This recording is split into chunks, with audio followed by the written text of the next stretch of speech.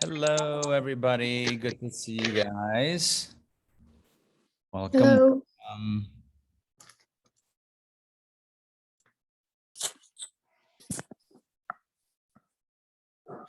Okay. Hold on. We still have more people joining. Let's get everybody in.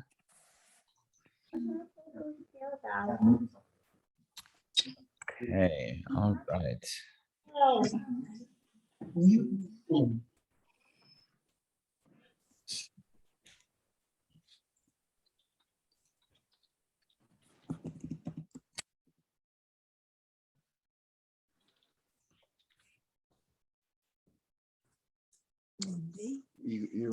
not on mute. He can hear you.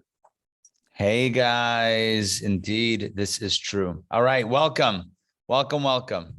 Good to see you guys. Let's let everybody is in now. Susan, welcome. David, welcome. Lisa, welcome. Joy, welcome. Susan, welcome. Sarah, welcome. Steve, welcome. Jessica, welcome. Jerry, welcome. Roy, welcome. Bill, welcome. Alana, welcome. Mom, welcome. Hey, oh, wait, my screen's just flipped position. I hope I see everybody. Ray, welcome. It's great to see you. Hope you're feeling good. Likewise, thank you. All right, awesome. Bert and Doreen, welcome. Adina Malka, welcome. Jordan and Fran, welcome. Rose and Mike, welcome. Charna, welcome. Steve, welcome. Ezra, welcome. Kelly, welcome. It's great to have you here. Fran and Dror. Okay, we already welcomed. And Anat, welcome. Okay, this is huge. My friends, it is great to have you here for this evening. You picked the right place to be on a Tuesday night, because tonight's class is going to be spectacular. All right, my friends, this is lesson number 4 of Outsmarting Antisemitism. I must tell you, as you know by now, that this lesson 4 is our 4th and final session of the series. Don't worry, by the end of tonight's class, you'll learn a lot of new things about a lot of additional opportunities to study together. So we'll have plenty of chances to continue learning. But I want to open up by, of course, thanking our generous course sponsors, Dr. Alex and Laura Doman, Dr. Joy Maxey, and Howard Feinsand. Thank you very much for the sponsorship. And thank you all for being part of this incredible journey as we open up and begin our 4th exciting session. Okay, so they tell a story about a big macher governor. You know what a macher is? A big macher. You guys know that phrase, big macher? Macher is, how do you translate macher? Macher is big shot. Big shot. Yeah, a big shot, like a big, yeah. All right, big macher. So the big macher governor visits the small rural town in his state, middle nowhere. In Yiddish, we call this Yehupitz. Yehupitz, you know Yehupitz? It's that small town. Yehupitzville, sometimes it's called, just if you want to give it a little bit of a of a title. Anyway, so this big macher governor visits Yehupitzville. And so he's meeting with everybody comes out. I mean, it's not that many people. Everyone comes out and they greet the governor. How's it going? Maybe he's looking to get reelected. Maybe he just wants a press up, whatever. Either way, the media is there. The local media, which is a guy with a camera that goes like this. Does anyone have a camera that goes like this? I don't know. I just felt like that would be a thing. All right. Anyway, so he's It's true. choosing. They used to do that for movie cameras. There you go. So see, and they still had that old camera. So meanwhile, what happens? So the mayor, the governor decides he's going to get, some good press here. So he goes over to the mayor and he says in a nice loud voice, not a whisper, he says, "Mr. Mayor, tell me whatever you need and I'm going to get you whatever you need for your small town." He says, "Great. There's 2 very important things that our town needs." The governor says, "Fire away. Your wish is yours." He says, "All right, first thing. We don't have a doctor. We don't have a doctor that lives here, that operates here. We're reliant on, other things. We don't have a local doctor." The governor says, "No problem." Whips out a cell phone, puts it to his ear, dials something, puts it to his ear, says, yeah. He has a conversation, closes the phone, done, taken care of. What's the second problem? "Mr. Governor, there's no cell phone reception at all in this part of town." Yeah? You with me? Yeah, I'm looking for reactions. All right, I'm just waiting to see if it hits. Does it hit? It might hit. It did hit. It wouldn't hit. All right, my friends, here we go. So thank you. I heard Jerry. Thank you very much for the room shot. All right, my friends, tonight you are in for a real treat. We have saved the best for last. And I mean that seriously because tonight's class is out of this world good. Tonight, we are going to deal with the most important topic when it comes to anti-Semitism. And I'm sure you'll agree. And the most important topic when it comes to anti-Semitism is simply this: what do we do about it, right? When anti-Semitism rears its ugly head, what do we do about it? That is the topic of tonight's session. What do we do when we encounter an anti-Semite or an anti-Semitic action or rant?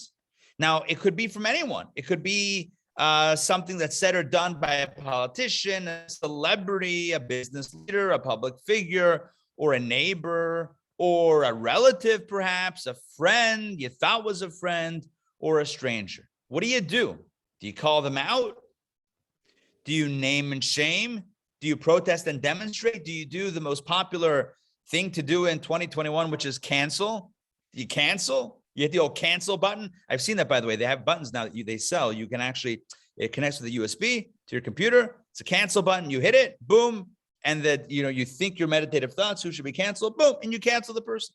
Is that perhaps the approach, right? What is the most powerful and effective way to actually deal with anti-Semitism on the ground? In our previous sessions, we've explored lots of things. We've explored the origins of anti-Semitism, the psychology of hate.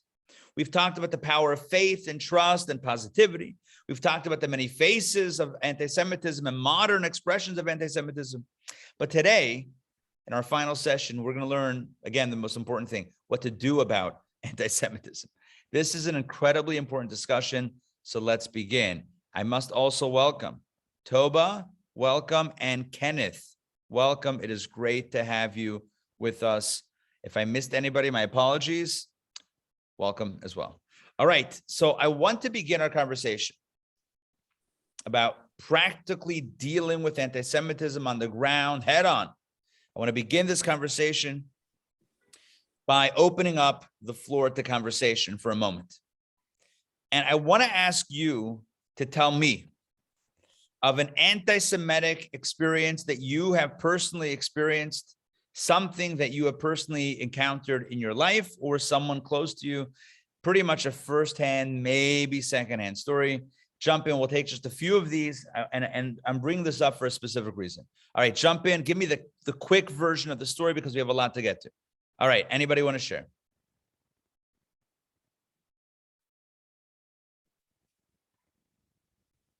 Don't be bashful. Just hit that unmute button. Boom. Susan. Okay, so when I was in high school, I was going to a local high school very close to where I live now, Briarcliff High School, and there were a bunch of 18-year-old, they got kids that tormented my brother and me, and they used to put notes in our locker, and they put a note in our mailbox saying we're going to take up where Eichmann left off, and things like that. Wow. And who did this? These were kids? These were students. Wow. Older. I was in 8th grade, so it was, but it was pretty traumatic. That does sound pretty traumatic. Thank you for sharing. Okay. Any more stories? Any more firsthand or secondhand stories? Ezra. Well, this was like back in the 60s. Fred and I were riding home on the school bus. I would think I was probably 7th, 8th grade. And some kids looked at us. She wasn't even Jewish. She was Catholic. I was Jewish. We were good friends. And one kid said to me, "You dirty kike." Wow. I had to go home and ask my mother what a kike was because I had no idea, right. That I was, right. It was a pejorative. So, it was, that was back in the 60s. So it was a good time ago, but, anti-Semitism in Alabama was rampant. Yeah. Okay. Thank you for sharing that. Thank you. Since we're an older couple, we have many stories. When I was in the Army, I had a sergeant say to our group of our battery, which was 120 Jews out of 130 people. And he said, "You guys are different than the rest of us." And we had somebody say, "What's that mean?" He says, "Well, Jews are different." And the guy said, "What's that mean?" He says, "Well, you're no good." Mm. And he said, "Where'd you get that from?" And he says, "That's what I know." Wow. When I was 15 years old, I was attacked and sent to a hospital with a concussion from five guys that decided that Jews were no good. And I grew up in a tough neighborhood, so we understood. And my wife was just reminding me that when we were in our second house, wherever that was, where was No, that? the last, Oh, the last house. the workman talked about Jewing us down. Wow. I don't know if he knew we were Jewish, but that was the term he used. Wow. But I grew up in a Jewish neighborhood. I didn't know the world wasn't Jewish Right. until I had a job in a bank. Wow. All So right. I'd like you to know, Rabbi, it never stopped me. Good. It Good. never stopped me. Excellent. Thank you for sharing that. I appreciate the stories. Wow. Powerful. Tom. I was in front of the Decatur post office during the time of research for a book about Decatur City schools, and a former judge who I had known from working out at the Y together asked me why I was writing about, in his mind, whites and blacks. And I said it wasn't a racial issue. It was about Christians and Jews. And he said, those Sharpies, we just hated them.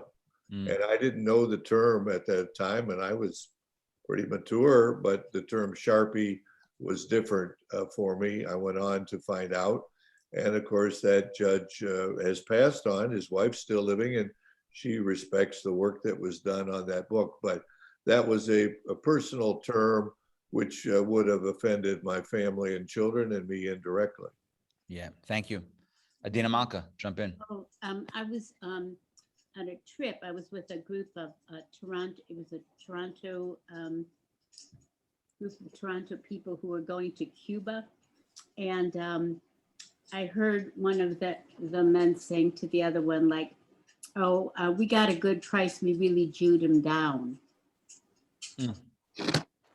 Yeah.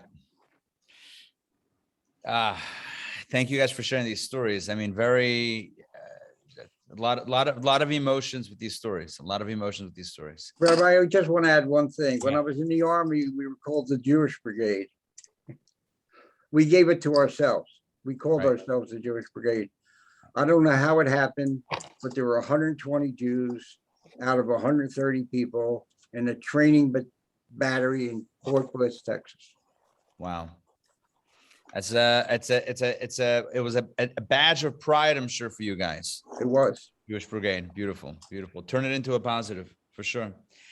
I want to move from personal stories of anti-Semitism to, I would call them public stories of anti-Semitism, and no politics. But I want to ask, what's a story that you know of, like that rings of anti-Semitism? Again, not a political story. I'm not looking to start getting political, but what's a public story, public figure that perhaps a celebrity that perhaps said something anti-Semitic that became a big kerfuffle, a big deal? Well, I'll say something about, this is really an Atlanta story, Leo Frank, where he was basically convicted and hanged. No good. Right. Yeah. Good. What else? Adina Malka, yeah. Mel Gibson is a famous movie star, and he is openly anti-Semitic. No apologies. He made a movie, I think it was called The Passion. Very anti-Semitic. Yeah. Yeah. Henry Ford. Yeah, Henry Huge Ford. anti-Semite. Yeah. Bill. Certainly the Hymietown comment from Reverend Jesse Jackson. Yeah. Charles Lindbergh, Henry Ford, Charles Lindbergh. Okay. Good. Father Conklin. Yeah. Father Conklin. Mhm. Okay, good. All right. So here's what I want to say. When we encounter, and thank you again for all the input I'm just going to mute everybody to have a nice clear background for now. I want to share some thoughts. When we encounter slurs personally, when we encounter acts of anti-Semitism, when we encounter, again, personally, when we encounter slurs or acts of anti-Semitism on a more public level, from public figures, whether it's media, celebrity, politicians, or whatever it is, the question is, what is the best way to respond? What is the best response? What would the best messaging be? What's the best way to handle this? What I want to do to open up this conversation, because I want to share very specific Jewish teaching. It's not the only teaching. Don't worry. I'm not presenting the only approach tonight, but I want to present what I think will be perhaps a novel insight into how to handle anti-Semitism in a clear and effective manner. It's not going to work all the time, but this is a major teaching. In order to jump into this topic of this approach, how to handle anti-Semitism, I want to go back in time 50 years, 51 years, almost 52 years, to January of 1970. Little background: for 2 decades, France had been supplying arms, weapons to Israel. It had been the primary supplier of weapons to the state of Israel. Shortly before the Six-Day War in 1967, Israel had ordered and paid for 50 Mirage fighter jets built in and supplied by France. That was the order, and it was paid. Can you imagine even paying for your order? And then that's a good thing. So what happens? Shortly before the outbreak of the Six-Day War, the president of France, Charles de Gaulle, and I believe there's an airport named after him. Yeah, happens to be in France. Charles de Gaulle announced that he is suspending all weapon sales to all sides of the conflict. Now, that action disproportionately affected Israel for the negative, because the other sides in the Six-Day War, in that conflict, for example, Egypt and Syria, were being supplied also by Russia, and primarily by Russia. So the hit that they took in France not supplying the weaponry, the arms, was much less than the hit that Israel took. Be that as it may, that embargo stood for a few years. Fast forward to the date or the time that I told you before, January 1970. There's a new president in France. His name is Georges Pompidou. And Pompidou announces in January 1970 that France will be selling Mirage fighter jets to which country? Libya. Pompidou announces he's selling French-built Mirage fighter jets to Libya, a sworn enemy of Israel. He announces this even as he continued the arms embargo to Israel. So I want to read to you the New York Times write-up of this situation. You have it in your books, page 116. I'll put up the text on the screen so we can read it together. All right, here we go. Okay. Mirage jets to Libya, text number 1 from the New York Times, January 10th, 1970. After much hesitation, French officials acknowledged tonight that about 50 Mirage jet fighter planes would be sold to Libya. The confirmation of the sale was expected to provoke sharp protests from Israel. The Israelis suspect that the planes will sooner or later find their way to the fighting fronts. The French Defense Ministry reaffirmed the French embargo policy of selling no arms to the countries directly in conflict, Israel, the United Arab Republic, Jordan, and Syria, and said that they were convinced that Libya sought to supply her own forces.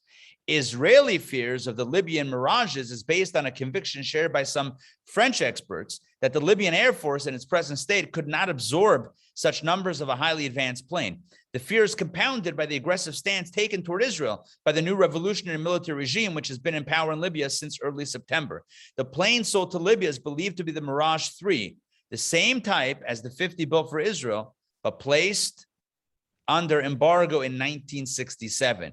The Israelis are expected to find particularly galling the fact that they have been denied about the same number of planes now made available to a hostile Arab country. Are you with me on the story? Does the story make sense? Yes.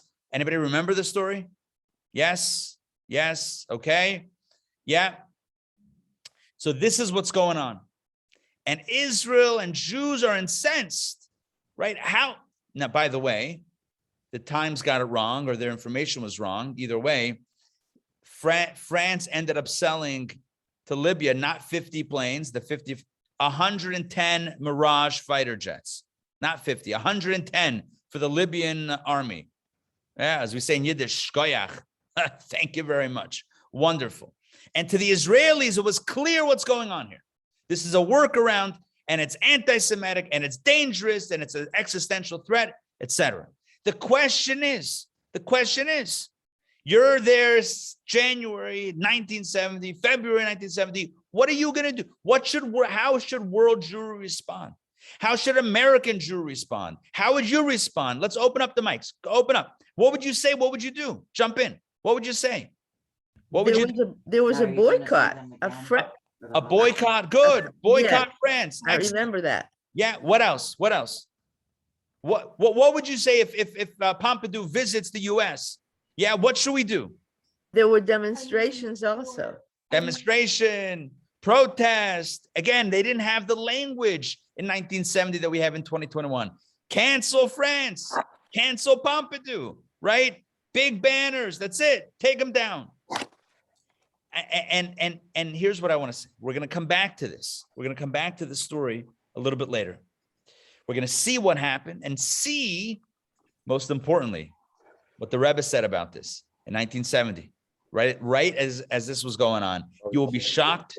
I believe you will be shocked at the narrative, but we'll get back to it in a little bit.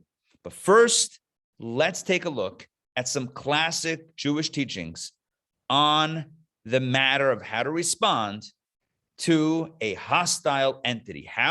What's the best response to someone who's being hostile or has taken a hostile stance against you? Let's jump in. Now, here's what we're going to do.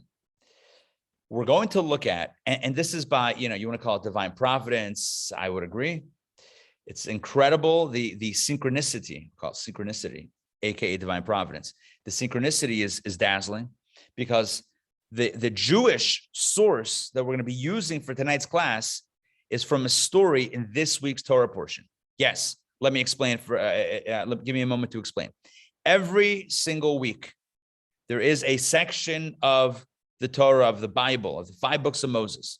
There's a section of Torah that's read in synagogues around the world. 53 chapters, 53 sections for about 52 weeks. I know you're wondering about the math. Don't worry. Sometimes we combine a few, whatever. We figure it out. Every week is a Torah portion. This week, the Torah portion is Vayishlach, and it deals with the Torah portion that will be at the core and the crux of tonight's lesson. The story is taking place, the drama is taking place with Jacob, our patriarch Jacob. Jacob is the third of 3 patriarchs, Abraham, Isaac, and Jacob. Jacob has a twin brother. He's a twin, but they're nothing alike, right? They're twins, but they are very, very different. And the reality is that there's a lot of tension between Jacob and his twin brother Esau. Why?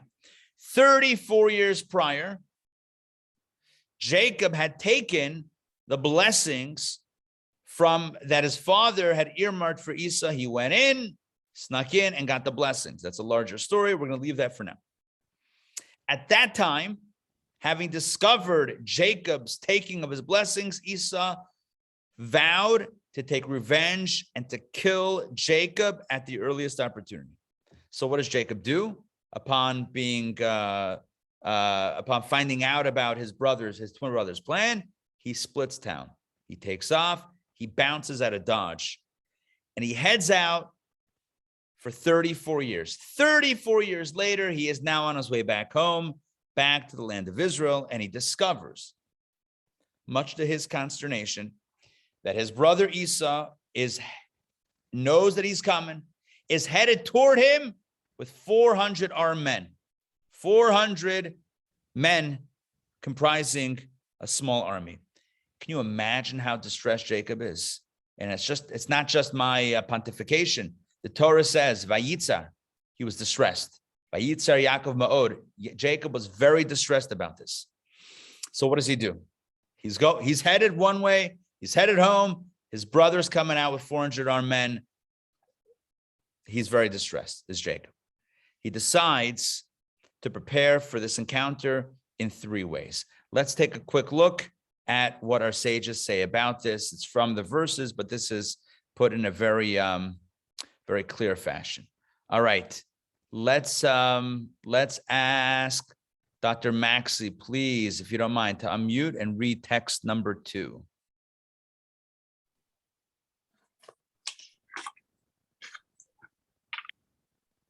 Jacob prepared himself for a 3-pronged response: a prayer, a gift, and armed struggle.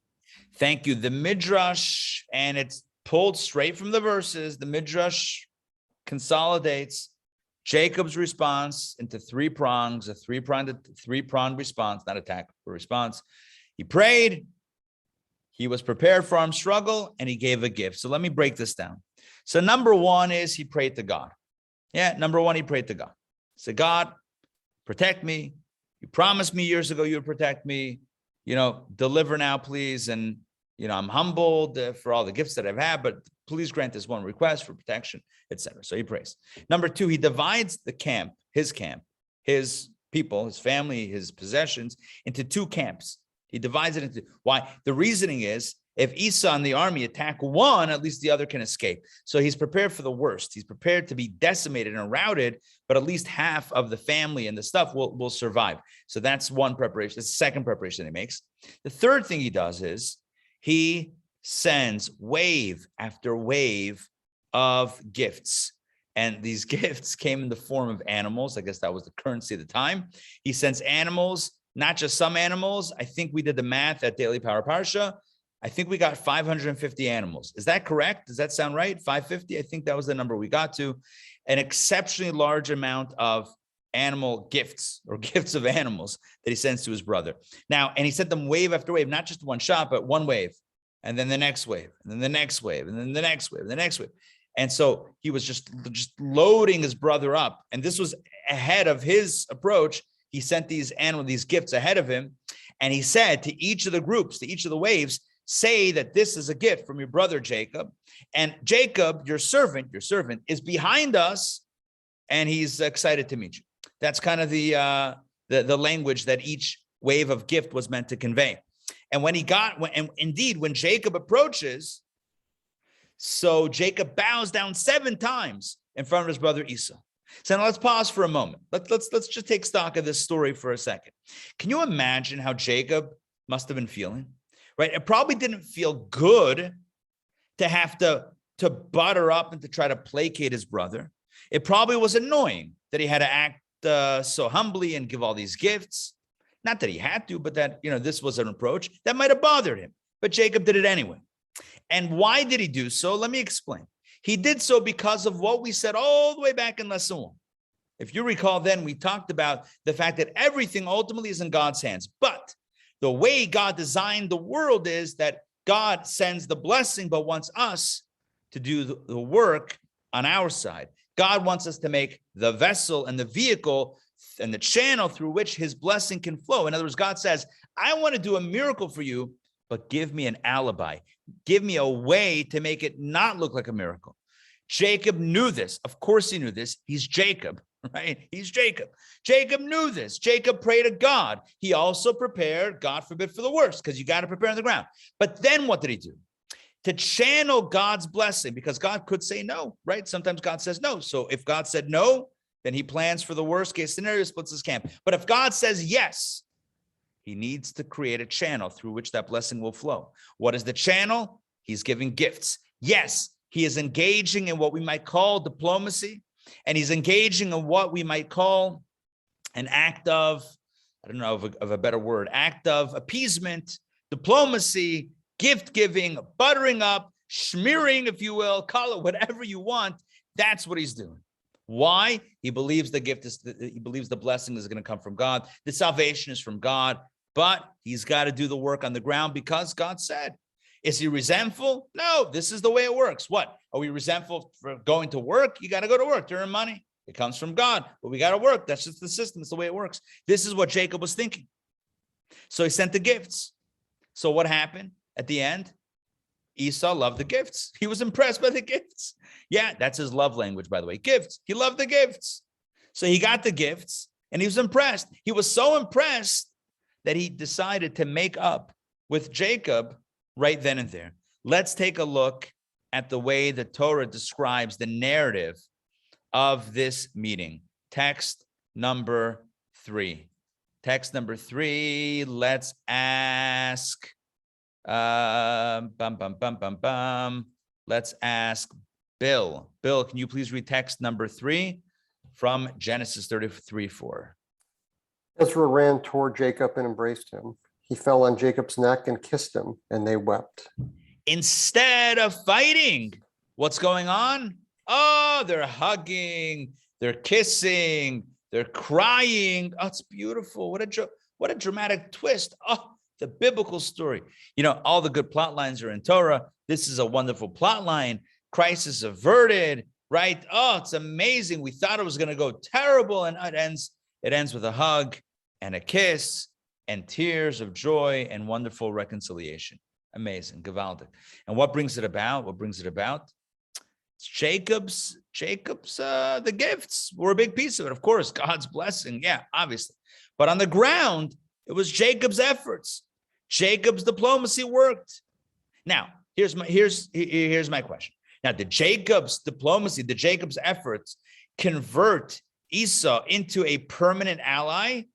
No, no. It's not like Esau was never unhappy with Jacob,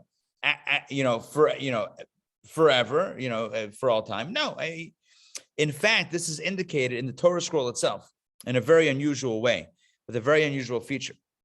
So the Hebrew word, vayishakehu, which is translated in our text as, and he kissed him. I'm going to pull up the screen again so you can all see what I'm talking about. So I'm going to move my mouse in rapid motion underneath that Hebrew word, vayishakehu. In the Bible, in the actual Torah scroll, this word, 1, 2, 3, 4, 5, 6, all 6 letters have a dot over the letter, 1 dot over each of the letters. Now, if you know a little thing about Torah scrolls, you know how highly unusual that is. There are no dots in the scroll. There are dots when you print a chumash, when you print the Hebrew version of the Bible so that the reader can know how to read it. But in the Torah scroll, you don't have any punctuation, any vowelization. You don't have any cantillation marks, the musical notes, none of that stuff. Garnished, nothing. You just have letters and that's it. And typically run-on sentences. I mean, not run, just a block of writing. But in this case, vayishakehu, and he kissed him, there are dots over every single one of those letters. 6 letters of that word, and he kissed him, 6 dots. What's the message? Take a look at text number 4. The Sifri writes the following. I'm going to read this one. Sifri says, the Torah features dots over the words, and he kissed him. Over the word in Hebrew, it's 1 word. In English, it's 3 words. All right. Over that word in Hebrew, and he kissed him, vayishakehu, there's dots. Why? Listen to this. This is because Esau did not kiss Jacob wholeheartedly.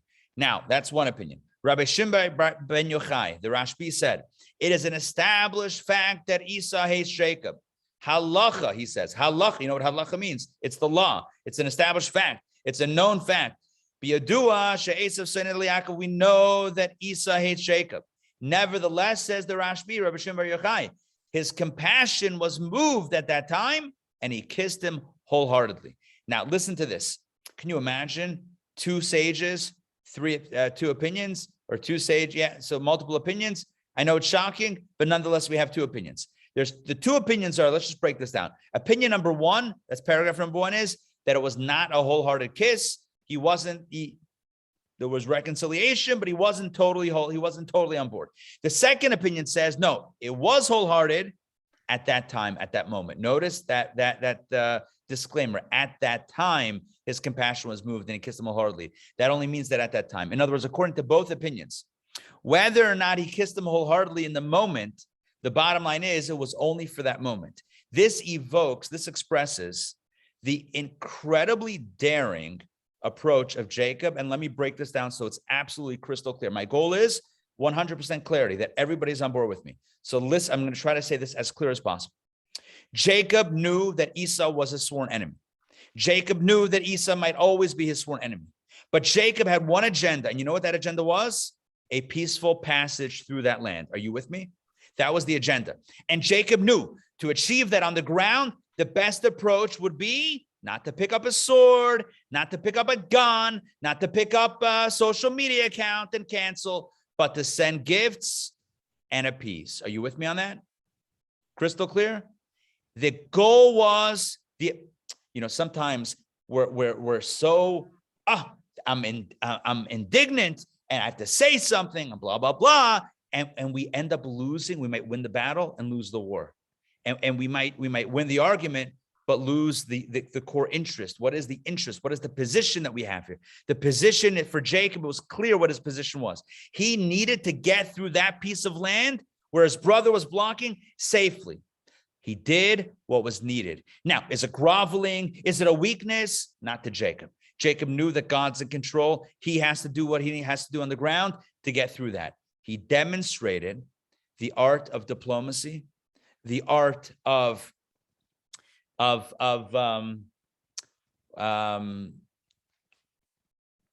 dealing on the ground with someone who might otherwise be hostile, how to work with somebody to get what you want from them, even if it's only in the moment, even if later on they might regret it, or later on they might, still not be so happy. It doesn't matter. I got what we needed for the safety of my family, for the safety and the future of the Jewish people. That's what he got. In other words, we'd call that a victory for Jacob. What happens if he comes out guns blazing? What happens if he comes out, oh, you're going to fight with me, I'm going to fight with you? God knows what might have happened. He took an approach that was rational and reasonable. He worked with what he got, and he got the results that he needed. All right. Let's jump into size. Tom, I see you have your hand up. Jump in. Would you mind going back and showing the particular phrase in the 6 dots? I don't see it in the text. The dots are, unfortunately, and I'm a little baffled by the lack of the dots in this context, because the whole point is the dots, but the dots don't appear here. The word is right here, Vayishakehu. I'm putting my mouse slowly around it. That's the word, the 6-letter word, Vayishakehu, but you're not going to see dots here. For what these are only the vowels. All you see here, there's a dot above the shin, just to indicate it's a shin and not a sin. But that's a vowel dot. In the actual biblical, in the Torah scroll text, there's actually incredibly dots, and the dots indicate that there's something behind the surface. It's not everything is as it appears. It appears that Jacob, that Esau kissed him and he loved him. It's a little qualified with the dots. Either it wasn't wholehearted even at the moment, or it was wholehearted, but just for the moment. But my point is that either way, whether it wasn't wholehearted or what it was wholehearted for that moment, either way, victory was achieved. Mission successful. Or as they used to say in Little Einstein. Yeah. Anybody with me at Little Einstein's? No Little Einstein's fans? No, really? I'm shocked. No one wants to admit to it. All right. Half of you have no idea what I'm talking about. Little Einstein's was this thing. All right, doesn't matter. Here's the deal. Mission completion is what they used to say when they would finish their mission. Mission completion. If my memory serves me correct, it's been a little while. Whatever. The point is that it worked. It was successful. Mission completion. Rabbi, all right. Yes. When Sadat was coming to meet with Menachem Begin, we know Menachem Begin knew Torah, and he did daven. He also sent gifts and had snipers on all the rooftops because you had every dignity on the tarmac and they didn't really know what was going to come off the plane. Right. He knew this passage and that's why he did it that way. Yep. Yeah. I will tell you that thank you for sharing that powerful story. I will tell you that every time in history, and I can't say every time, but many times throughout our history, when situations like this have come up, the go-to story as a template for a healthy Jewish response is how Jacob navigated the Esau conflict, how he navigated the Esau meeting. That becomes a template, as we'll see soon. Beautiful text about how that becomes a model for how to respond. Ray, did you want to jump in? Yes, I do. I'm not First sure. of all, hold on. Before you start, Ray, it's great to see you. Thank you. And love seeing you and good health. All right. Thank you. I'm not sure it's this story, but I thought it is that actually Esau bit him, that he bit his neck. And it was like, is that not true? There is a tradition. There is one opinion in the Midrash that says that Esau tried to bite him, but he wasn't successful. But again, see, 3 Jews, 3 opinions. That's the third opinion. But, and that's also hinted by the dots, according to that other opinion, by Yishakeu, Vayinashcheu, that he bit him. It's a different type of, but we're going to stick with these 2 and draw a lesson from it. Again, there's many Shivim Panel Torah. Torah has 70 facets. So we're going to stick with these 2 opinions. And the 2 opinions are that he kissed him, either not wholeheartedly or only wholeheartedly for the moment. Either way, it doesn't matter.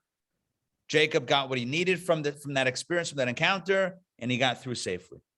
And I just mentioned before that that throughout our history, Jews have often turned to this story as a template for how to respond. I want to share my screen with you once again. You have it in your books as well, but take a look at this beautiful I think it's from Nachmanides, but quoting the Midrash, text number 5, page number 121. Here we go. The Midrash relates, says Ramban Nachmanides, the Midrash relates that when Rabbi Yanai, let me pause for a moment. Who is Rabbi Yanai? Rabbi Yanai was a rabbi of a Talmudic scholar, Talmudic sage, who lived in the 3rd century of the Common Era. He lived in the 200s. Okay, so, and Rabbi Yanai had lots of dealings with the Roman government. You know, the Roman Empire was, the Romans were controlling where the Jews lived. So there was a lot of negotiation. So when Rabbi Yanai, the Midrash says that when Rabbi Yanai would set out for a meeting, listen to this, with the Roman government, he would first, before he headed to that meeting, he would first read the passage in the Torah regarding Jacob and Esau. The sages had a tradition that this passage was a guide for our exile. You see that? How to engage in relations with a possibly hostile force. This is the template, Jacob and Esau. Therefore, when Rabbi Yanai would visit the rulers of Rome for communal issues, he would consult this passage to follow the advice of the wise Jacob. It is indeed appropriate, says Nachmanides, for all generations to study his approach, Jacob's approach, and to adopt it in actual practice. Now, which part of the approach was Rabbi Yanai so enthralled with? Which part of the approach are we meant to use as a template for all, as Ramban says, all generations? Which part? The prayer, the preparing for the worst, the diplomacy, all of the above? I would say all of the above. But one big piece of that is the diplomacy. One big piece of that is the acts of appeasement. One big piece of that is navigating with gloves, with kid gloves, the situation. No need to do something that causes a powder keg to explode. No reason to make things worse, just to make a point, just to get something off your chest, just because it's a chutzpah. How dare they? They need to know. We got to be smart about this. Jacob was smart. He prayed to God on his own. He divided the camp on his own. What did he do in front of Esau? He sent him gifts. He didn't send him a letter, a Hallmark card, and I've seen this in the stories. It says, I got the blessings, right? Take the L. He didn't say that, right? Okay, I was kidding. That's not a Hallmark card, right? But that's not what Jacob says to Esau. He doesn't say, oh, I've been enjoying the blessings for 34 years. How's it going without the blessings? That's not what he did. He didn't provoke him. What he did was he gave him gifts and bowed down to him and called himself your servant. That's what he did. Why? Strategically to get what he needed from that encounter. This becomes a template that has been followed throughout Jewish history. And I want to share with you the power of persuasion and influence over force. There's a story, countless stories. We're going to focus on several of them in tonight's class. So number one is a story with Rabbi Shimon Bar Yochai, the same rabbi that said before that Esau did kiss him wholeheartedly, but only for that moment. Okay, that same Rabbi Shimon Bar Yochai, the great Rashbi, he had a very complicated relationship with Rome, super complicated. Talk about a complicated dynamic. That was he hid in a cave with his son for 13 years because the Romans were trying to kill him. Do you know this? The Rashbi hid in a cave for 13 years? Yeah, okay. Anyway, he had a very complicated relationship with Rome. At the same time, he used to go on diplomatic missions to Rome. Take a look at text number 6. Take a look at text number 6. I'm pulling this up on the screen so we can all see this together. All right, let's ask Susan Baker. Please read text number 6. Take it away. Can you hear me? Yes. The Roman government once issued a decree that Jews may not observe Shabbat, circumcision, and family purity. The Jews said to themselves, who should go to Rome to solicit annulment of the decree? Let Rabbi Shimon Bar Yochai go, for he is experienced in miracles. So thank you. So what happens here is that we have a decree from Rome against Shabbat, circumcision, and family purity. And so who's the one that's sent to go to annul the decree to try to diplomatically negotiate here? Rabbi Shimon Bar Yochai. What happens at the end? Let me tell you the story. You're going to love this story. So first of all, there was a rabbi, a Jew, who infiltrated Rome and pretended not to be Jewish to try to annul the decree in a very creative way. He said to some government officials, he says, I don't get it. Let the Jews do this. It only hurts them. Circumcision will make them weaker. The laws of family purity will make sure they have less kids. And Shabbat means they're less wealthy. They're not working a day of the week. Why do you care? Why? This is good. This is good for the Romans. It's bad for the Jews. Let them keep these mitzvot. Let them not work on Shabbos. Let them circumcise themselves. Let them keep the laws of family purity. It's good. Well, and for temporarily they suspended, they halted the decrees, but then they found out that this guy, that this supposed, clever guy was actually Rabbi Ruvain of the Jews. And they're like, all right. So they brought back the decree. So finally the Rashbi goes, crazy story. The Rashbi, I'm calling him Rashbi, Rabbi Shimon Bar or Ben, same thing, Aramaic, Hebrew, Bar Yochai, Rashbi. It's the acronym of his name.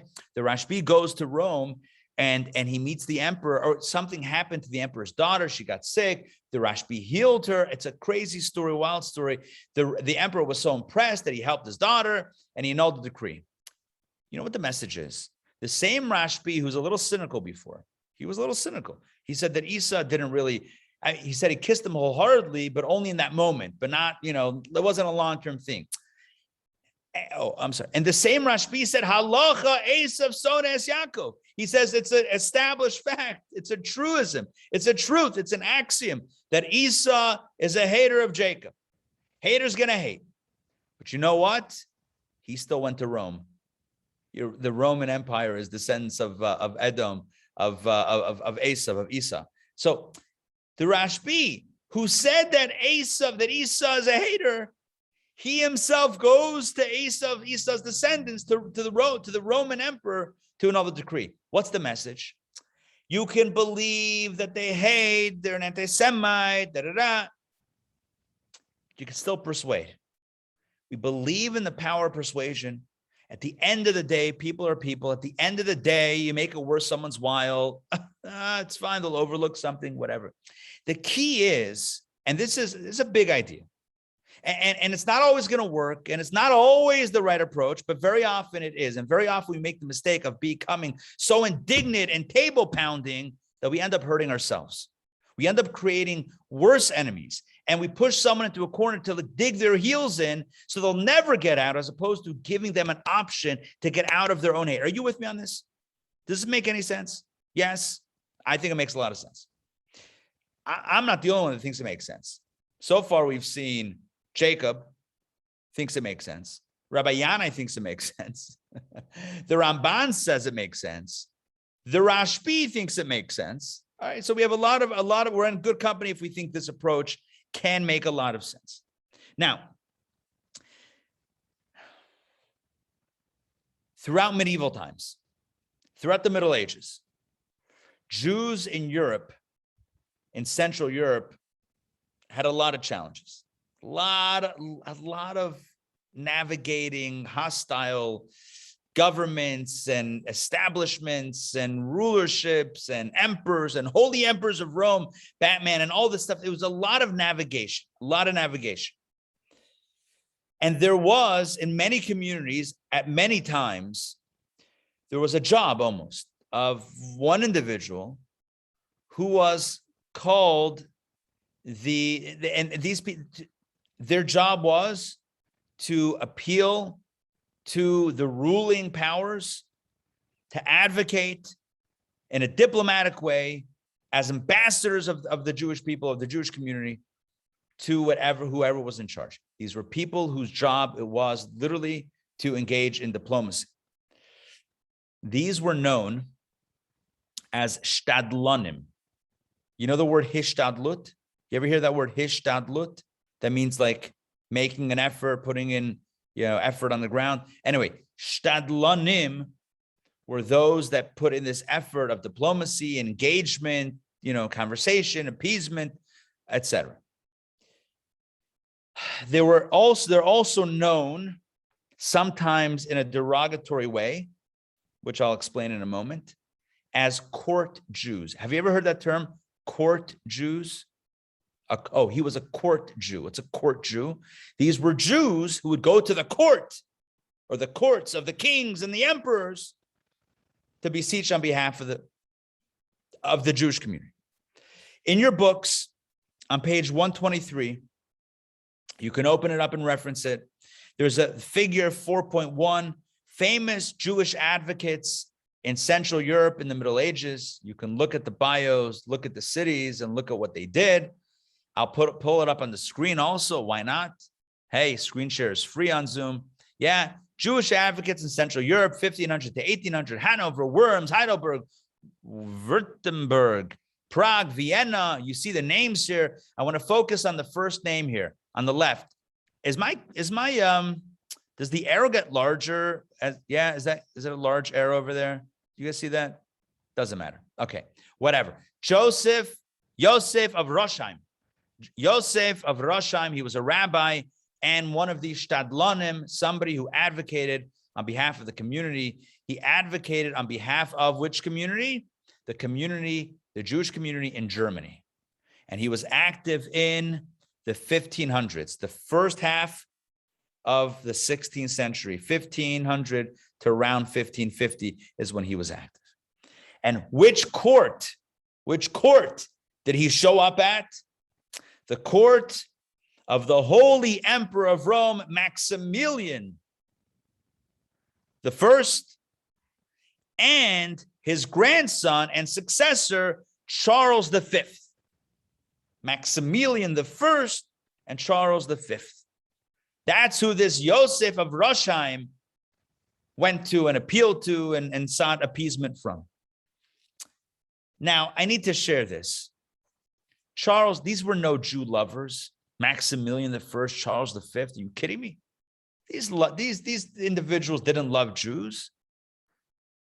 Charles V was also a grandson on his mother's side. He was a grandson of Maximilian I on his father's side. On his mother's side, he was a grandson of, drum roll please, King Ferdinand and Queen Isabella of Spain. And you might recognize those names. They're famous in history, but they're also famous for signing off on the expulsion of Jews from the entirety of Spain in 1492 on the 9th day of Av. Unironically, on the 19th of Av, the 9th of Av, Tisha B'Av, the 9th of Av in the year 1492. So there was no love lost there for the Jews. These were people that didn't love Jews. Yet, and this is huge, Rabbi Yosef of Roshheim worked relentlessly for decades to advocate for the Jewish community in Germany. And he went where? To these individuals who were in charge. He advocated, he put in time and effort and money into this. And he was successful. By and large, he was successful. I want to share with you, and he wrote a book about it. He has a memoir. He writes about his own personal, Yosef of Roshheim from the 1500s. He wrote about this. And I'll share with you what one such recollection. All right, let's do this. This is text number 7. Take a look. In 1531, this is his own personal recollection. This is unbelievable. In 1531, the denouncers, who are the denouncers? Look, we don't have a lot of detail outside of this account, but the haters, whoever was, against Jews. The denouncers once again hounded the Emperor Charles V while he was in Belgium and Holland, lands uninhabited by Jews. There's so much I need to explain here. At that point in 1531, no Jew was, by law, Jews were not permitted to live in Belgium and Holland. I know it sounds crazy, maybe not so crazy. Jews have been expelled from lands, historically from lands around the globe. This was what was going on in 1531. There were no Jews in Belgium and Holland. So that when Charles V was spending some time, he had a vast area of land. When he was spending time in Belgium and Holland without any Jews there, well, the denouncers had his ear. Listen to this. Many requested that I, Yosef of Roshheim, traveled to those lands where there were no other Jews to oppose the accusers with the help of God. I was at the court of the exalted emperor for 4 months, from the 1st of Adar until the 1st of Sivan, pursuing the interests of the Jewish communities. Although Rothroyd, who's Rothroyd? We don't know. The great historians are not sure. There are some opinions as to who it might be. I have one source that says it might have been the mercenary Martin van Rossum, who was a mercenary who might have had an anti-Jewish agenda as well, or he might have been caught up in this mercenary's crosshairs, whatever it is. But we don't know exactly, although Rothroyd attempted to swallow me alive and to bring about my demise, God in his great mercy sent his messenger and saved me from his hands and from all those who sought to harm me. Let's continue inside. At that time, says Yosef of Roshheim, I had an audience with the emperor in his private chamber. I spoke to him for as long as I needed, and he responded sympathetically. During this period, when I had free time and was secluded in my room, I authored a book entitled The Sanctified Path. All right, my friends, this is what's going on. This is what's going on. And what picture do we have here? What is this picture of? An edict prohibiting the Jews from lending and changing money. All right. I don't know that we need to show that right now. It just caught my eye over here. All right, back to our narrative. What's happening here is we have a guy who is the advocate for the Jewish German community. And he's going to the emperor. He's going to meet with the Holy Roman Emperor Charles V in a land in which there's no Jewish community. There are no fellow Jews. It's dangerous. It's treacherous. He's meeting with pretty much a Jew hater, more or less. I mean, this guy, I probably should have explained. Charles V was not only the Holy Roman Emperor, he was also the King of Spain. And you know what was going on in 1531? You probably know what's going on in 1531 in Spain, yeah? You guys know? Something called the Inquisition, where Jews are being murdered, found out, yeah, Inquisition. They were inquiring who's really Jewish under the cover. Yeah, okay. So he's presiding over murders on some level, executing Jews in Spain, and yet he's meeting with this Jew in Belgium and Holland who's negotiating on behalf of the German Jewish community. It's crazy, but it was effective, and it was what needed to be done. Is there another approach? Should he have come out guns blazing? I mean, it wasn't even possible then. I mean, that wasn't a thing. But either way, he understood that this was an approach that could be effective. And this is what happened. It was effective, and he got the result in this situation. Now, this shows the power of a strategic diplomatic approach. Is it always going to work? Of course not. We have many examples where it doesn't work. One famous example is back to 1492. back to the expulsion of Jews from Spain. I don't know if you know this, but Rabbi Don Yitzchak Abarbanel, right? You know the song that was made about him? Abarbanel, joking. Anyway, the Abarbanel, the great Spanish scholar and sage and advisor to the king, he was very wealthy. He had 3 meetings with King Ferdinand of Spain, 3 meetings to appeal to him after the edict was signed to reverse, to undo the expulsion before Jews were kicked out. He met with the king 3 times to try to put the brakes and undo this horrific decree for the Jewish people that disrupted so many countless lives, hundreds of thousands of lives, and just totally decimated Jewry over there. He tried to stop it. It didn't work. He failed, and the expulsion went along. Some say it was because of Queen Isabella, that she told her husband, don't listen to the Jew. Some say it was Torquemada. You know Thomas de Torquemada, the famous inquisitor. You guys know about Torquemada? Yeah.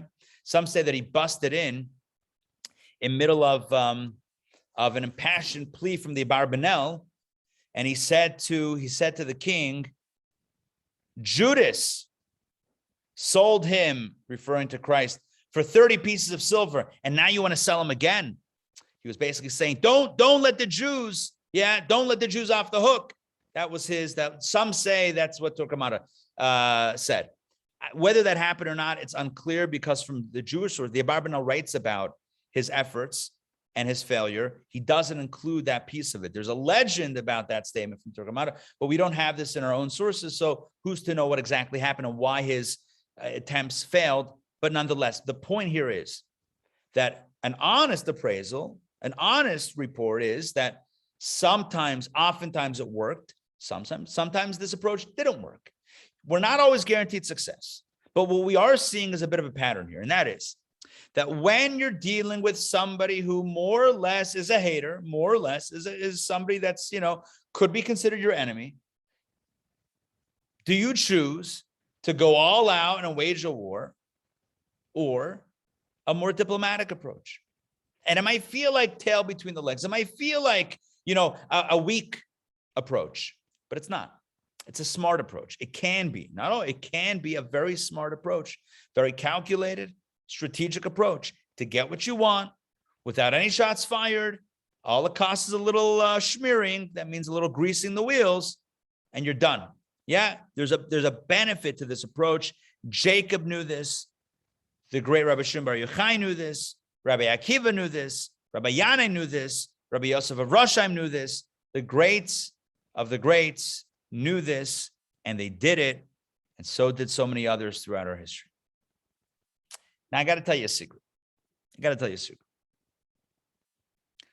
The premise of this approach, that with the right positioning, you can get what you want, even out of someone who has expressed hostility towards you or toward your position in previous times, that notion is predicated on a simple belief.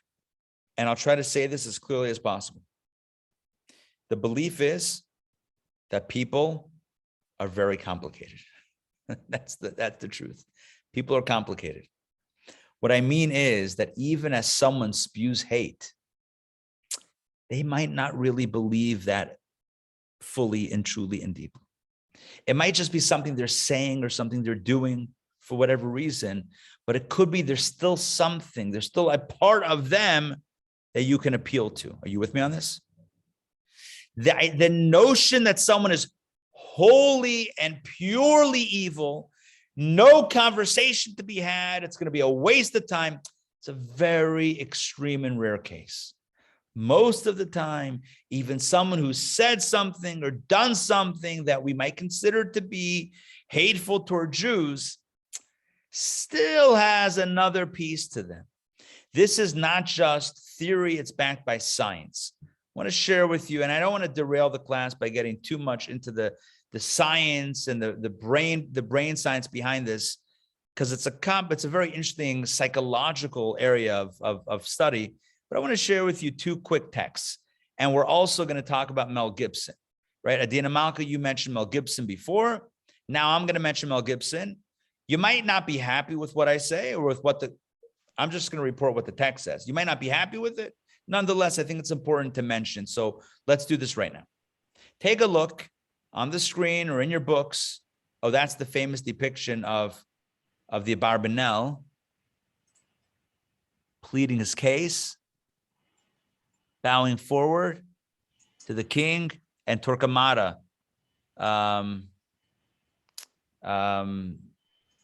what's it called again? Blasting him. Okay, here we go. Text 8a, cognitive diversity. Listen to this. This is from neuroscientist David Eagleman, very respected fellow in the field. Brains are like representative democracies. They're built of multiple overlapping experts who weigh in and compete over different choices. There's an ongoing conversation among the different factions in your brain, each competing to control the single output channel of your behavior. By the way, first of all, this is very Tanya-like. This is, if you study Tanya, this is like, wow, this is straight out of Tanya. Anyway, when the hostess at a party offers chocolate cake, he gives the example, you find yourself on the horns of a dilemma. Some parts of your brain have evolved to crave the rich energy source of the sugar, and other parts care about the negative consequences, such as the health of your heart. Part of you wants the cake, and part of you tries to muster the fortitude to forego it. The final vote of the parliament determines which party controls your action. That is, whether you put your hand up or out. As the French essayist Michel de Montaigne puts it, there is as much difference between us and ourselves as there is between us and others. In other words, we don't have a single opinion inside of ourselves. Our own brains are very split. Welcome to the real world. It's not so clear cut, right? We have this idea and that idea inside our own brains, conflicting ideas. And he cites the example of Mel Gibson, text AP. And again, I want to be very clear here. Just because this is in the book, just because this is a text, doesn't mean we have to buy it, or just because, David Eagleman says it, doesn't mean we have to buy it and agree with it 100%. But there's a point that's brought out that I want to focus on in a moment. Returning to Mel Gibson and his drunken tirade, we can ask at least whether there is such a thing as true colors. We have seen that behavior is the outcome of the battle among internal systems. To be clear, I'm not defending Gibson's despicable behavior, but I am saying that a team of rivals' brain can naturally harbor both racist and non-racist feelings. Alcohol is not a truth serum. Instead, it tends to tip the battle toward the short-term, unreflective faction, which has no more or less claim than any other faction to be the true one. What's interesting about this, and again, you can choose to apply it if you'd like to Mel Gibson or not. I have no agenda. I have no skin in the game. I have no dog in this fight. I'm not weighing in on Mel Gibson. I think it's a fascinating idea that people can harbor conflicting sentiments. They could harbor some hateful and prejudiced sentiments and some not.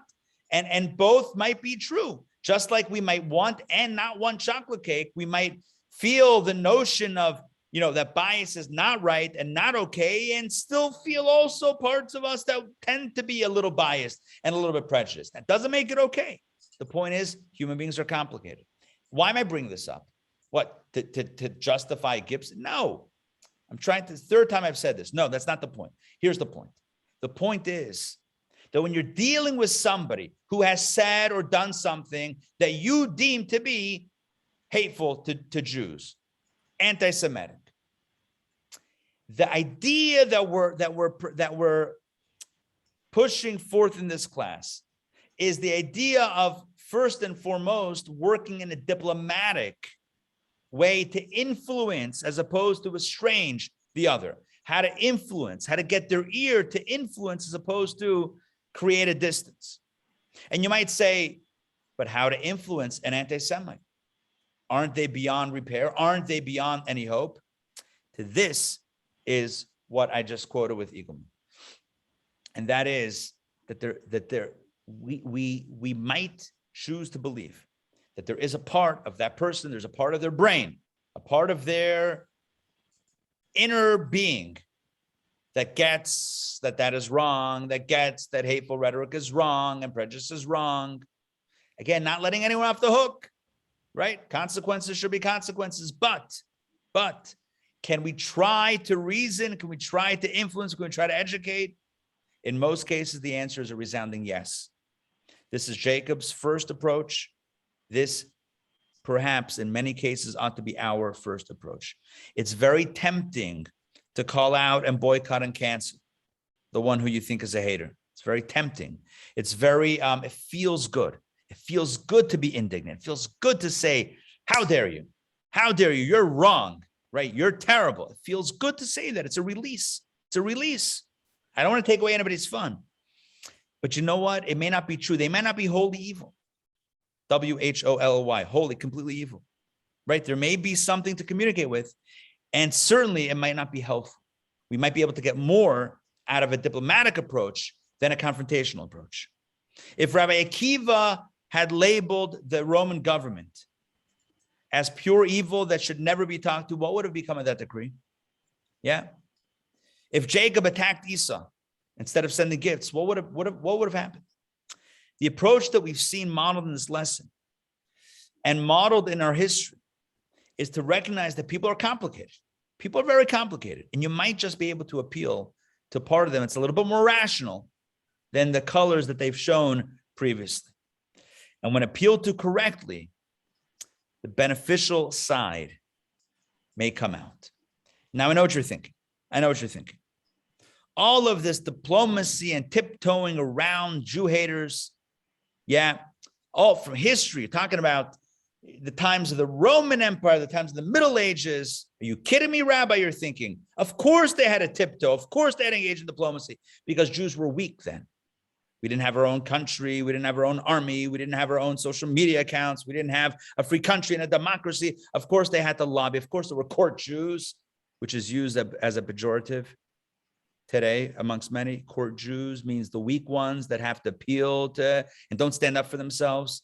Of course we had to do that when we were weak, right? But you might be thinking today we're strong. Today we live in a free country. Today we can protest and demonstrate and cancel and boycott and all that stuff.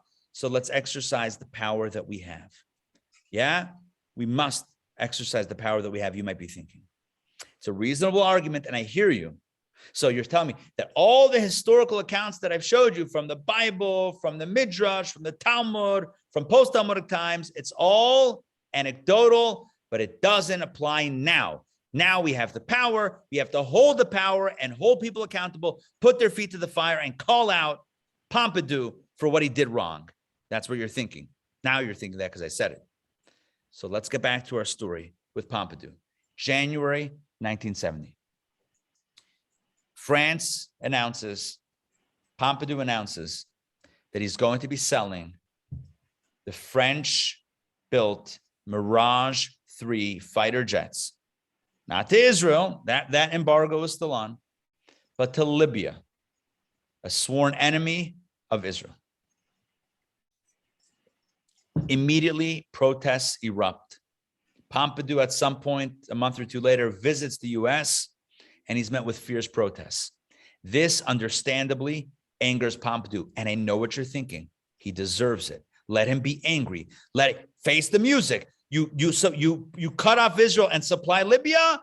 Take the heat, bro. You dish it, you got to take it. You might be thinking that. You might be thinking that. Hold on. Hold on. Hold on. Let's take a look at some text here. The first text is from the New York Times, March 3rd, 1970.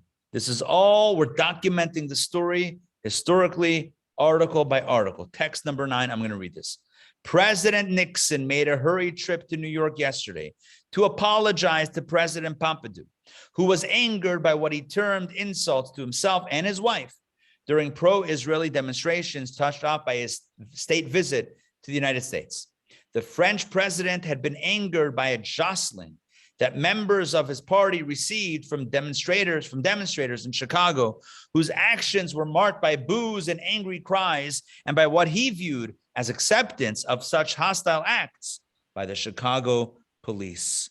Pompidou is angry. He's incensed. Nixon has to apologize. And again, you might be thinking, good for you, Pompidou. You deserve it. You anti-Semite. You get what you reap what you sow. You cut off Israel. You sell the planes to Libya. Take the heat. You deserve it. You might be thinking that.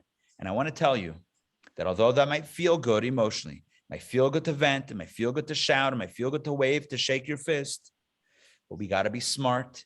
We got to be strategic. And the question is, what is in the best interest of Jews and Israel? Not what feels right. What's in the best strategic interest?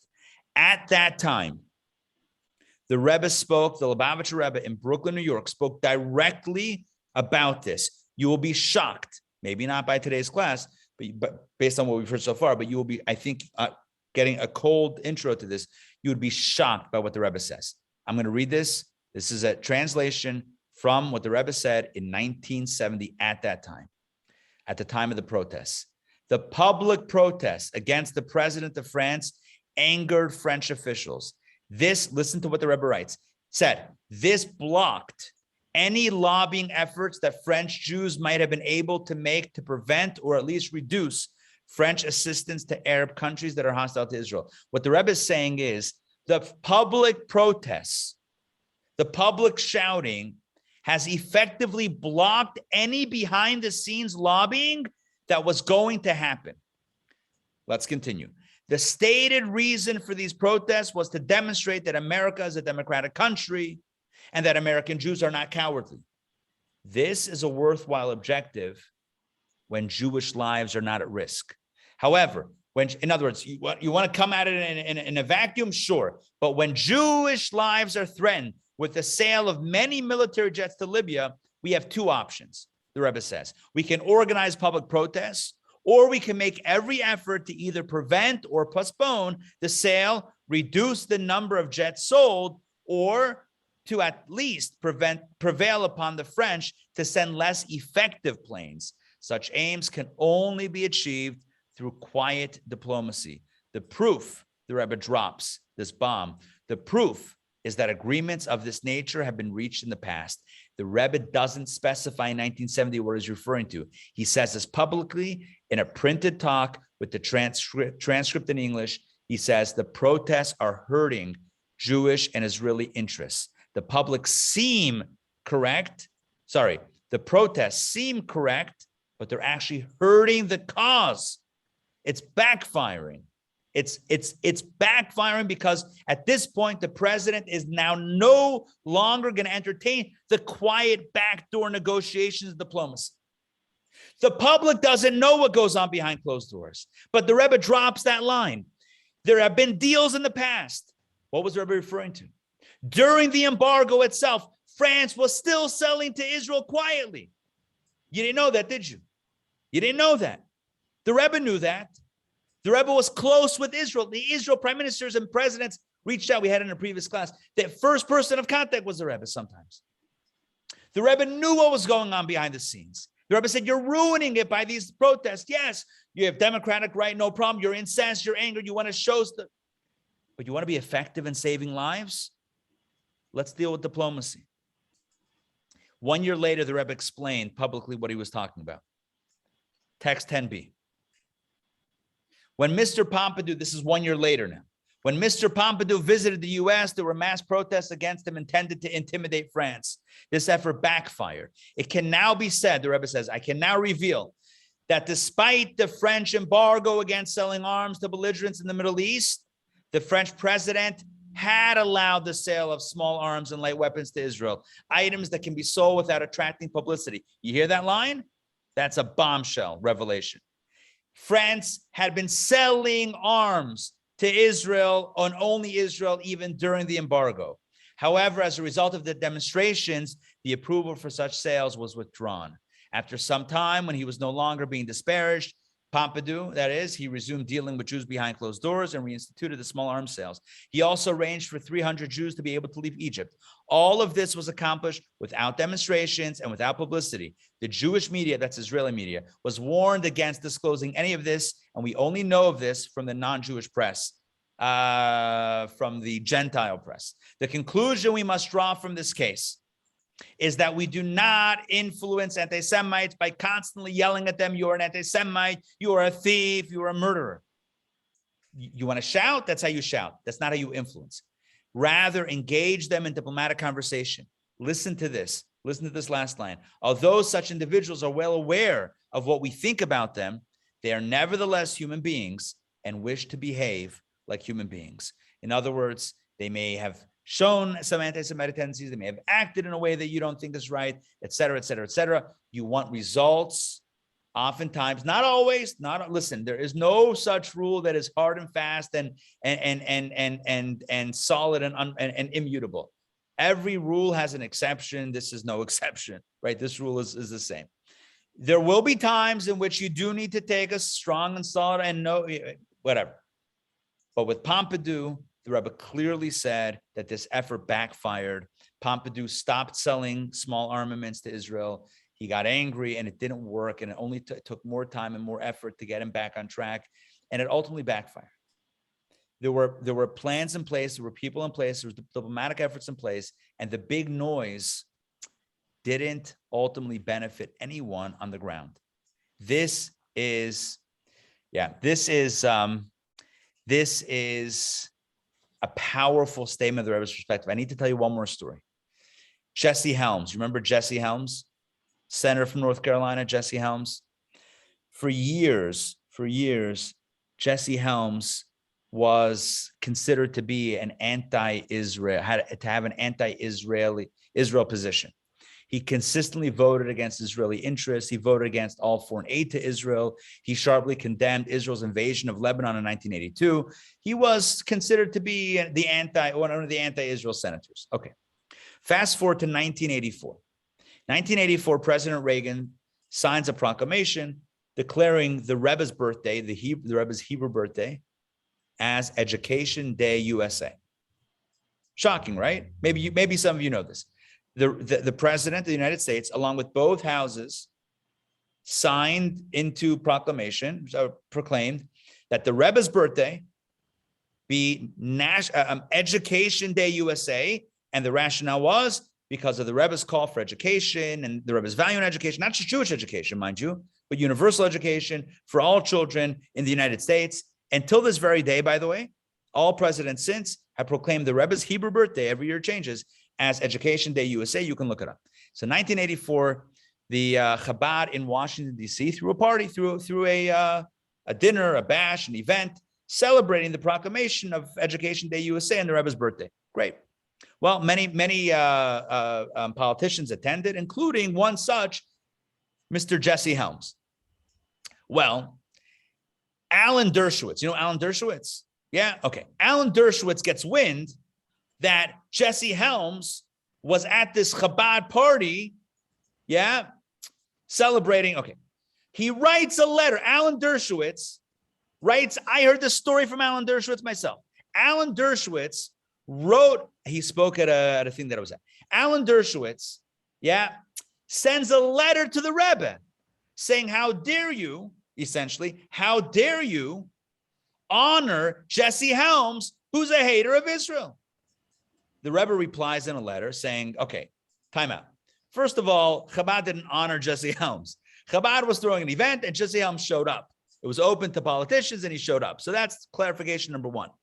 Number two, and most importantly, the Rebbe writes in the PS, this is a classic Rebbe move. A classic move of the Rebbe where the PS, the postscript is the bombshell of the idea.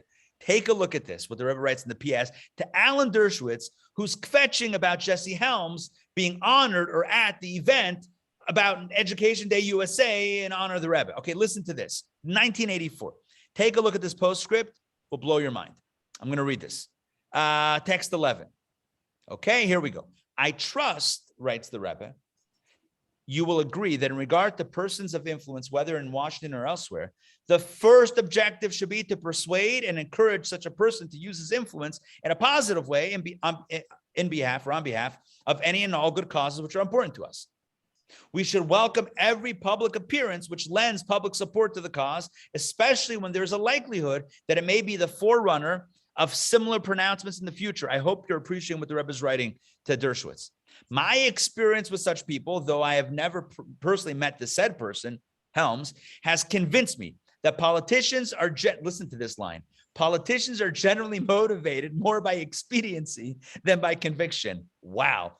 right? Has a bigger truth ever been stated, right? Politicians are motivated more by expediency than by conviction. In other words, their public pronouncements on various issues do not stem from categorical principles or religious imperatives. Hence, most of them, if not all, are subject to change in their positions, depending on time, place, and other factors. I believe, therefore, writes the Rebbe to Dershowitz about Helms, that the proper approach to such persons by Jewish leaders should not be rigid. As a rule, it does no good to engage in a cold war, which may often turn into a hot war, nor does it serve any useful purpose to brand one as an enemy or an anti-Semite, however tempting it is to do so, even if that person vehemently denies it. Maybe especially when they deny it. You deny it, for sure you're an anti-Semite, right? It can only be counterproductive, writes the Rebbe. On the contrary, ways and means should be found to persuade such a person to take a favorable stance, at least publicly. We haven't too many friends, and attaching labels, etc., will not gain us any. Instances abound where the approach advocated above produced good results. There is surely no need to point out to you that responsible Jewish leaders consistently cultivated good public relations, indeed even cordial relations with President Carter and his predecessors going back to President Roosevelt, regardless of their sometimes openly negative feelings toward Jews and Jewish causes. The Rebbe says, what is the agenda? What's the objective? What's the best case scenario? To cancel Jesse Helms or to get Jesse Helms to support Israel? What's the best case scenario? B, to get Jesse Helms to be a supporter. Well, then don't cancel him. Don't smear him. Don't engage in some measure of talk, education, diplomacy, some sort of talk. By the way, Dershowitz, when I heard him speak by the Chabad event, he spoke about this story, personal story, and he said he saw with his own eyes the most remarkable thing happen. What happened? Jesse Helms went from being one of the most anti-Israel senators to one of the biggest supporters in the Senate. One of the biggest supporters in the Senate turned out to be Jesse Helms later on after 1984. Now, is it because of his event with Chabad in 1984 on Education Day USA? Who knows? Who knows? The point is, though, that oftentimes the carrot works better than the stick. And we know this. It's like the famous parable with the sun and the wind. You know this one? The sun and the wind are talking about how to get the guy's walking with a jacket. And they're talking about how to get the guy to influence him to take off the jacket. Yeah. So the wind says, I'll show you, I'm going to blow the jacket off of him. So the wind starts blowing. What does the guy do? Puts on his jacket, pulls his jacket even tighter. Are you with me on this so far? The sun says, let me show you how I'm going to do it. The sun shines brightly. It's very hot. And what happens? The guy takes off his jacket. We can try with negativity, with anger, with angry rhetoric. And you know what? The anti-Semite, the person who has exhibited some whatever it is, might hold on stronger to that position. Shine a little light, a little advocacy, a little education, a little diplomacy. The next thing you know, you might be dealing with a friend and not an enemy. This has happened before. I have already in this class 6, 7, 8, 9 examples of this in the ancient history as well as today. So let me sum up what we've learned today. Today we learned one approach to dealing with anti-Semitism head on. It may not be our intuitive approach, but it's a very highly effective approach that has a long-standing place within Jewish tradition. We learned that oftentimes what feels good is not necessarily what's best for achieving the Jewish objective or what's best for the Jewish community. While we might want to call out and cancel the Esau's of the world, a more diplomatic effort is very often more effective. So here are 3 practical takeaways. Number 1, let's be slower to name and shame and demonize public figures. It's often better to work with them than to try to fight them. The same is true, number 2. The same is true with our personal interactions with people who've expressed anti-Semitic sentiments to us. Now, not always. Again, every rule has its exception. This is no exception. Best ideal approach is to engage in real conversation. I have to tell you that many of you have told me privately about your experience with anti-Semitism and how you then spoke with somebody who said a negative comment, who said a pejorative, who uttered a slur, and said, let me tell you why that's offensive. And you were able to see, to achieve some sort of breakthrough, some sort of understanding with that person. Not everyone that says something negative is purely and wholly evil, irredeemably evil. It's not the case. Human beings are complicated and they are pliable. We can work with people, right? We know ourselves, right? We can grow and learn. Best approach ideally is to engage in conversation and resisting the urge to vilify, cancel, and utterly condemn. Number 3, and I just mentioned this, but I want to specify it. Let's recognize that people are not static. People are always changing. They're always growing. Everyone has the ability to change in the long term, if not the short term, or at least to adopt publicly a more peaceful, reconciliatory stance in the short term, like Esau. He may not be a lifelong lover of his brother Jacob, but in the short term, he let him pass through peacefully, and that was a victory. I want to conclude this course with one final point. Give me another 60 seconds. The point goes back to the story of Purim. That's our go-to space. In every class we've mentioned that holiday. I want to end with this. Haman, in his lead up to the decree against the Jewish people, Haman talked about the Jews in the following fashion. I'm going to share my screen and show you the text. The wicked Haman, I'm calling him wicked, right? I'm canceling him. Haman writes the following. Here we go.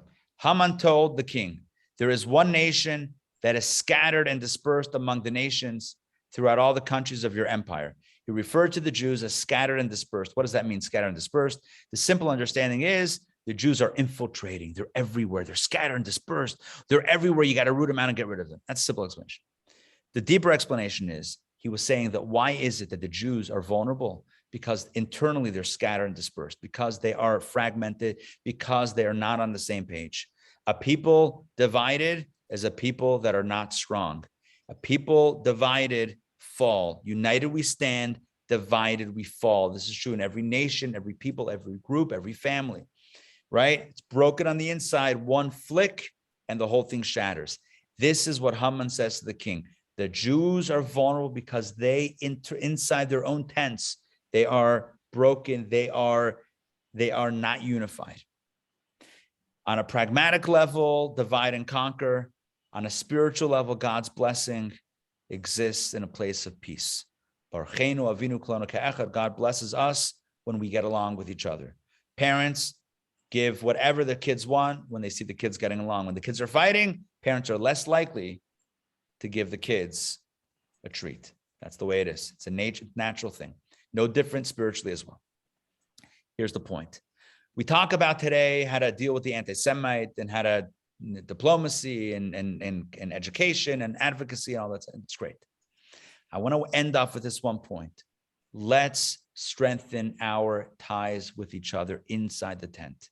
In addition to focusing outside and how to deal with the external force, let's look inside and let's be kinder to each other. Let's be more understanding of each other. Let's recognize that everyone has a different perspective. I'm talking about within our own ranks. I'm not talking about outside. This is true outside also. But within our own ranks, sometimes it's so divisive. It's like the woman who goes to the post office, to buy Hanukkah stamps. And the clerk says, in which denomination? And she says, even in stamps, there are different denominations, right? Okay, you're with me on the joke. The point is that Jews are oftentimes so fragmented for no reason, just because we can't see eye to eye. Such a minority of a minority, such a shared interest, shared, and we can't get along sometimes. And it's sad. And so I want to end off with this. Let's strengthen our bonds with each other. Let's do whatever we can to be united as a people and see eye to eye with each other. Let's not turn on each other. You know, some Jews are going to battle anti-Semitism by hitting the synagogue and studying and praying. Some people are going to go to the army and fight. Some people are going to advocate at the White House and in Congress. Some people, and respect the other. That might be not, maybe I'm the scholar and you're the advocate and you're the warrior, but let's respect each other. Let's not look down. Oh, the religious, they're wasting their time studying and praying. Oh, the secular, it's enough fighting already. Enough fighting. It doesn't do anyone any benefit.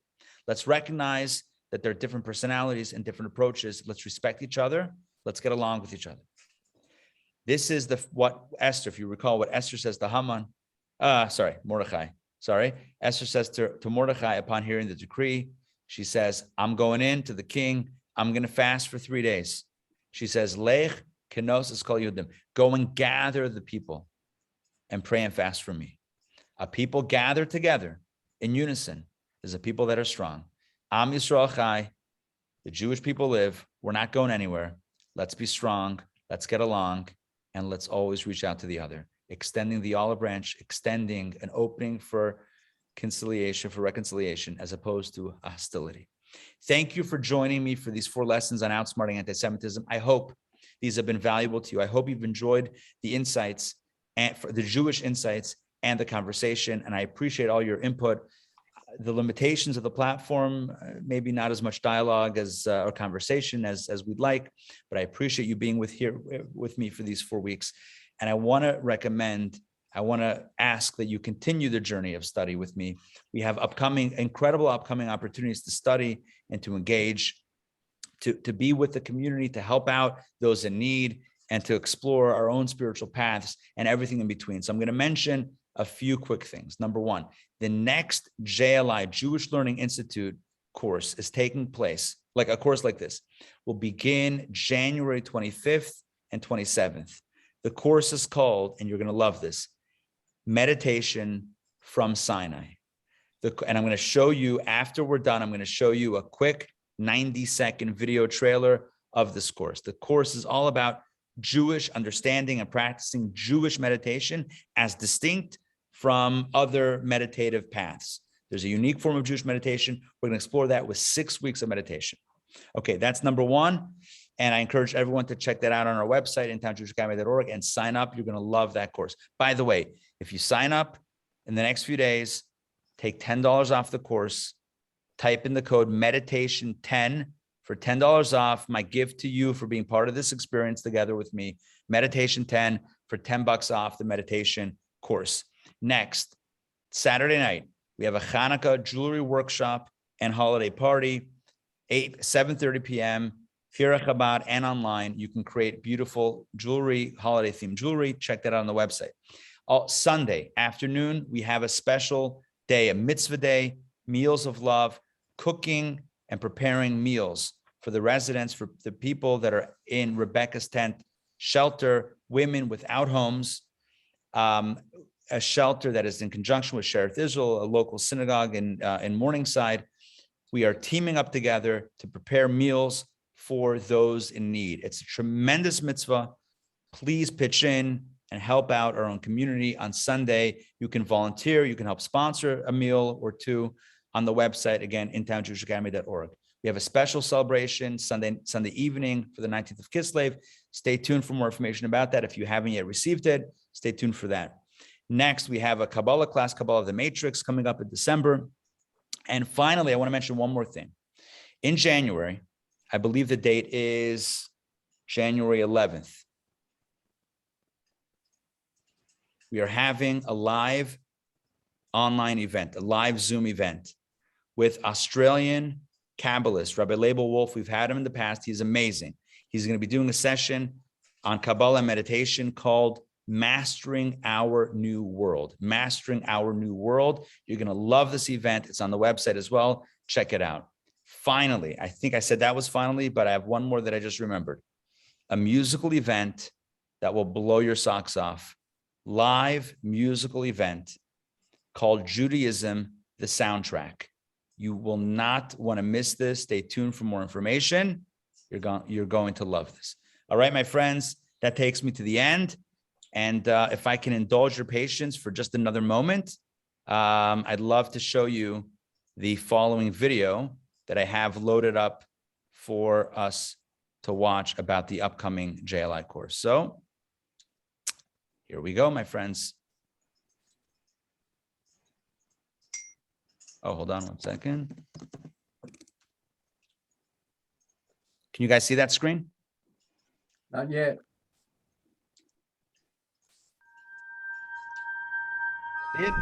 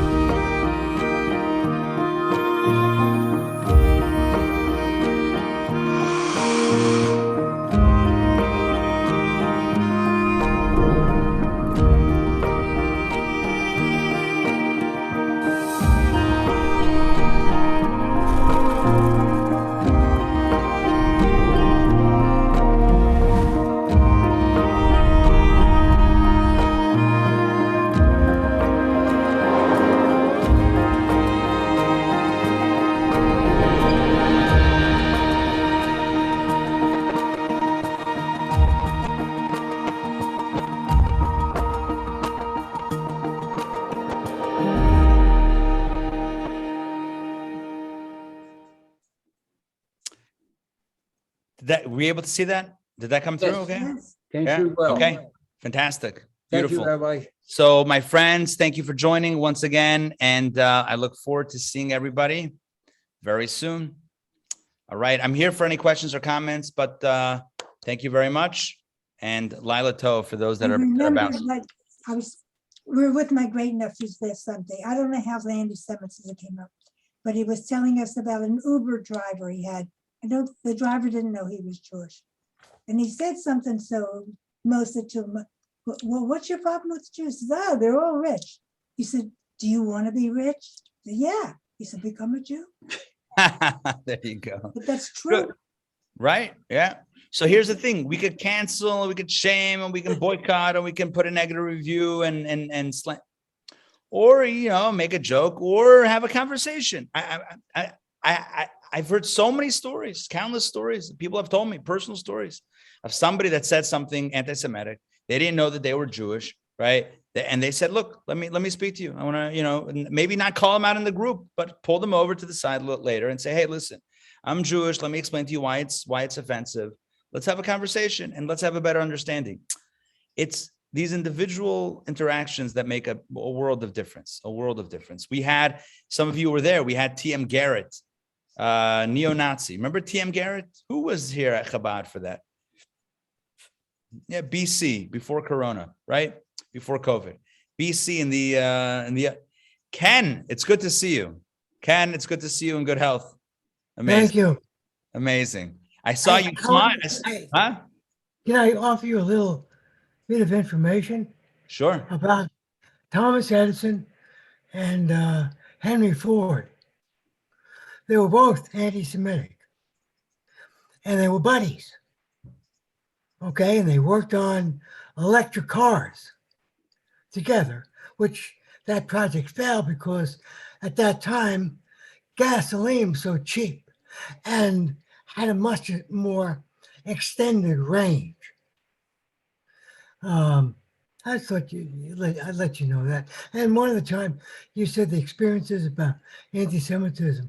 I was down in Florida with a buddy of mine at this bar in a rural area. I didn't know it, he knew it. And there was this song that came on the jukebox.